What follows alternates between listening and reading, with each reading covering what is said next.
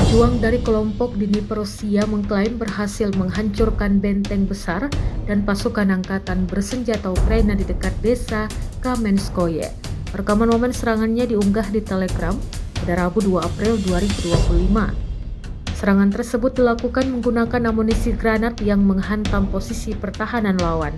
Akibat serangan ini, sejumlah tentara Ukraina terpaksa melarikan diri, sementara beberapa lainnya ditangkap sebagai tawanan.